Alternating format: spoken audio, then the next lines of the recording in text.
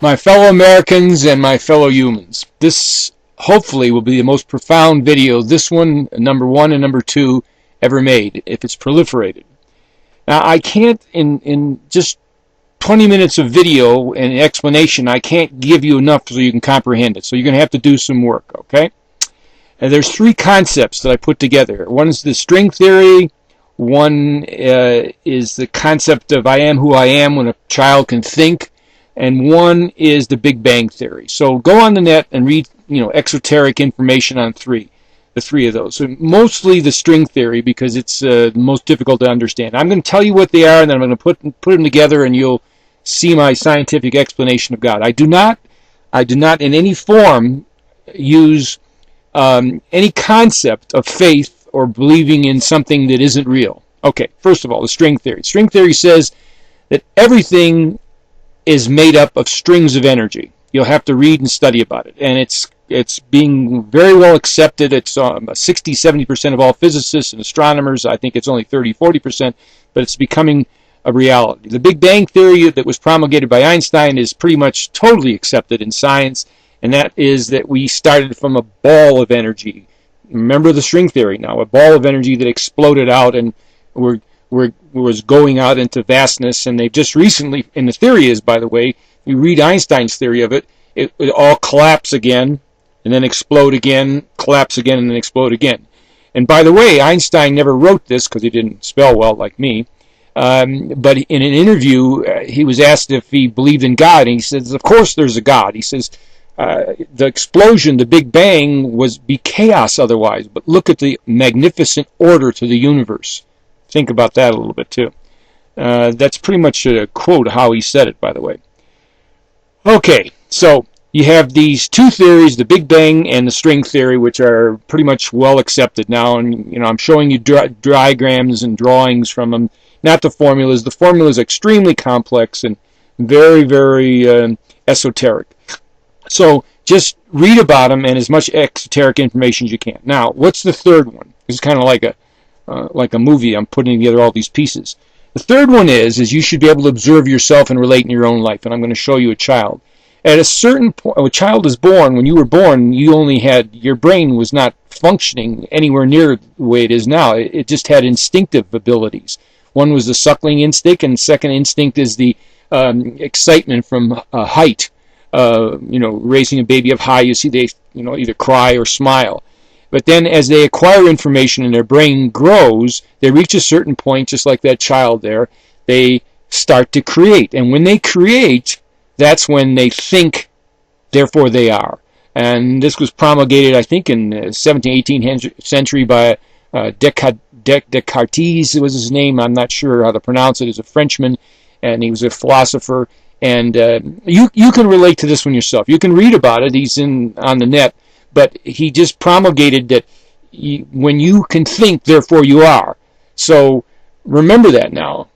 Everything is made of energy. The Big Bang occurred, no question about it. And when you can think, therefore you are. I think it relates a lot to when you become creative. Okay, now let's put these all together. By the way, you're seeing some Hebrew up there, which I am very astute in. I studied it for many years.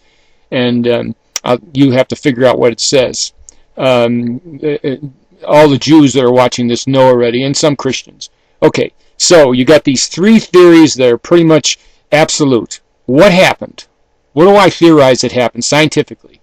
Okay, when this Big Bang occurred, possibly it occurred 1 billion to the billionth power times. Possibly this is the first one. But whenever I think it occurred, billions of times, and one of the times it occurred, it's called a chance, concept of chance, and if you do something enough times, it'll form a certain formation, basically. If you explode something, as you know, it's just chaos. They've done many tests on this, grenades and bombs and dynamite. There's never an existing pattern. There's just chaos to the explosion. So this is kind of like Einstein's theory. I'm integrating it into my own. So one of these times, and I think it actually was like 1 microsecond before it occurred or after it occurred, all these energies, which is everything, formed a certain pattern, and that pattern said, I can think, therefore I am. Massive, massive, billions squared to a billion square miles of energy, these strings of energy. All of a sudden, they were in an exact formation, just like when the brain reaches this point. I think, therefore I am. Now, what would it have done if it thinks, therefore it is? And it knows that if this happened billions of times, it doesn't want it to happen anymore, or its own existence will be null and void. Because the next time it happens, it may not, be able to perpetuate itself. So that's the first thing it did. It came up with laws of physics and laws of nature to perpetuate life. Think about it. Isn't that what you would do? When you start thinking, you start doing things from your knowledge. You touch a stove, you burnt yourself, that becomes acquired knowledge, and all this knowledge comes in here. You read, you write, you learn. You start perpetuating your life in a happy way, in a most formative and creative way. By the way, this is why this concept of life, which is reality, is a total contradiction to communism, because they don't allow the freedom. They want to rule you in every way. And when they do, they corrupt your mind. That's why so many people are going insane and so much crime. And this correlates to all my other tapes, by the way. I hope this correlates to all in mankind, all the religious people watching this, learn from it and take from it. Okay, so here was this massive form of billions to the billions and trillions of squared energy, and it just formed in a certain way by chance, and it would have done this obviously. Remember, energy, time is meaningless. If you're pure energy, time is meaningless. There's no meaningless to time. You can't equate to it. The only reason why you can is because the energy that we are, we're in a form of a mass energy. We form mass. So here is this huge, humongous force of energy, and it's created itself. It made planets. It made planets that go around suns. It made suns that glow for billions of years and then collapse and then reform. Everything is perpetuation of life and its own existence. Hey, that's scientific. There's nothing that faith requires there. Look at nature. Go out and watch the trees fall off the tree, and the leaves fall off the tree and they fall on the ground. They form there's seeds in them. They grow new ones, and they form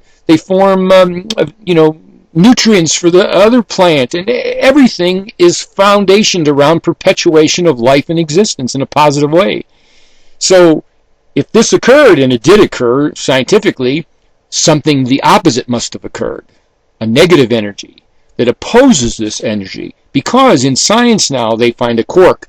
They discover there's a quark, of course, right? Well, there's an anti-quark, electron or anti. There's matter, there's antimatter. And scientifically, everything that we find in reality, in the universe, there's an opposite to. So there had to be an opposite formed. And analogous to that is Satan or some evil force. And of course, it grew and evolved too. So here's this unbelievably large, humongous force that wants to perpetuate itself. And it does. It forms these laws of physics beyond some of them are beyond our comprehension. We're just learning about them now. We're just learning to, for example, non-believers, if you tell them this, they can't believe it. And I've done this, and they've gone and researched it, and they don't want to talk to me again.